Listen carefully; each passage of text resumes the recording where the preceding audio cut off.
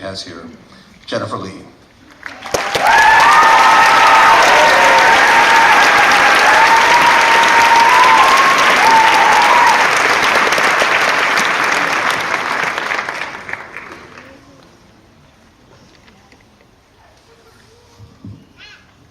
Good morning, class of 2017, friends, family, alumni, faculty, and staff.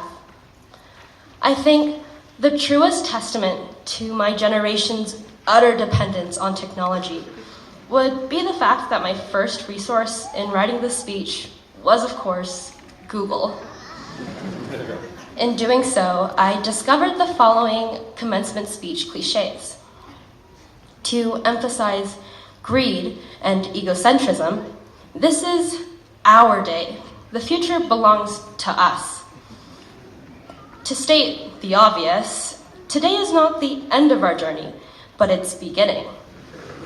Now, I wonder what commencement means. And finally, because they can't finish with the end, they demand that the graduates take on a simple task instead. Go change the world. Now, with those cliches out of the way, I can hopefully impart the modicum of wisdom I've acquired over 18 years in an original, inspiring speech. For example, the first piece of wisdom would be the correct usage of the word modicum. Not to brag, but it's a pretty big word that I found on thesaurus.com, another resource I used, when I looked up the word peace. All jokes aside, it is an incredible privilege to stand before you today and recall the countless accomplishments of the class of 2017. We are a class of artists, athletes, and intellectuals, the next generation of innovators and creators. We are the quiet ones, the loud ones, the in-between ones. Even then, however, it seems that these adjectives don't quite capture how incredibly unique this class is. In fact, there are certain words that this class would unanimously associate with one student, whether they fit the person well or not.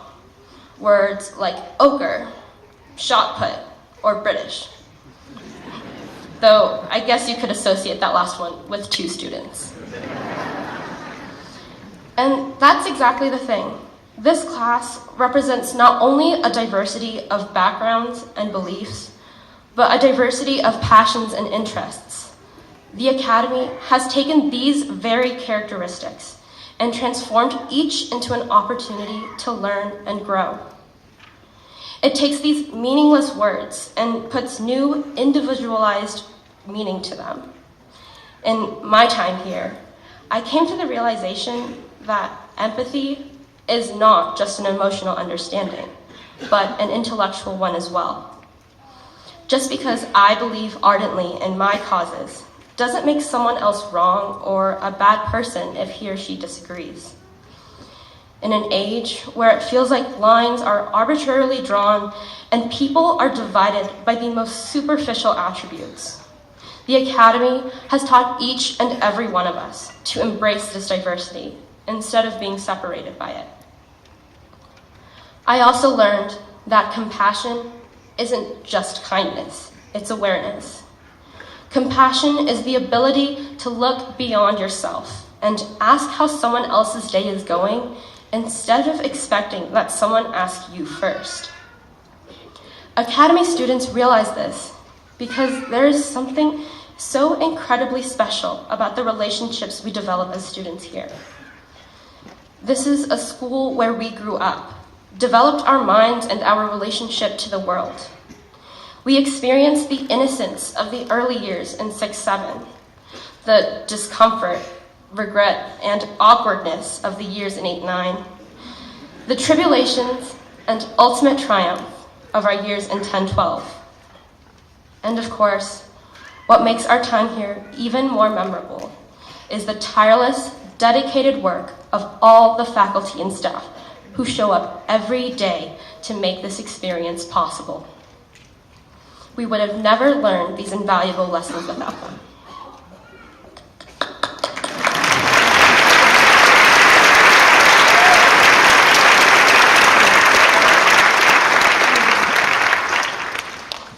Whether a student has been here since the 6th grade or August of last year, it becomes incredibly clear that it's hard to shake the identity of being an Academy kid.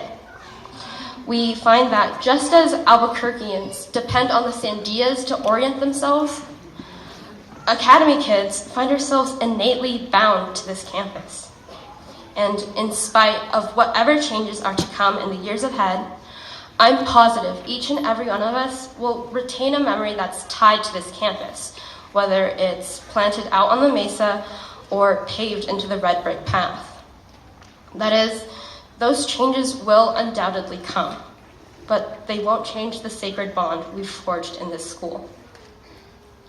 Quite honestly, this class doesn't need to wait for change. We've seen so much of it already, and it doesn't faze us one bit. We've used it to prove our flexibility, our resilience, our craft. Whether it was the school schedule, new teachers, new deans, or what seemed like the entirety of the college process, we made it work. In fact, we thrived. Under the captainship of our class, we saw success in boys soccer, girls basketball, swimming, and for the 19th time in the last 20 years, boys tennis. And that's just to name a few. Many of our musicians, artists, and thespians have been recognized at the national level.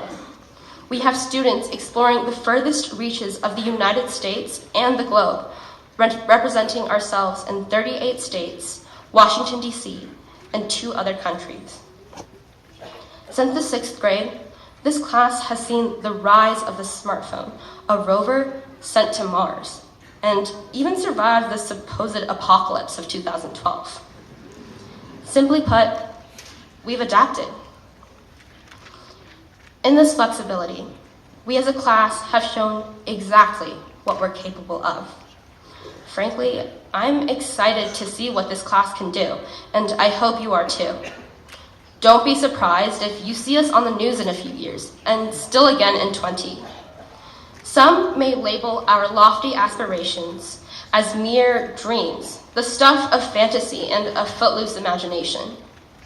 However, as Paul Coelho writes in his novel, The Alchemist, there is only one thing that makes a dream impossible to achieve: the fear of failure.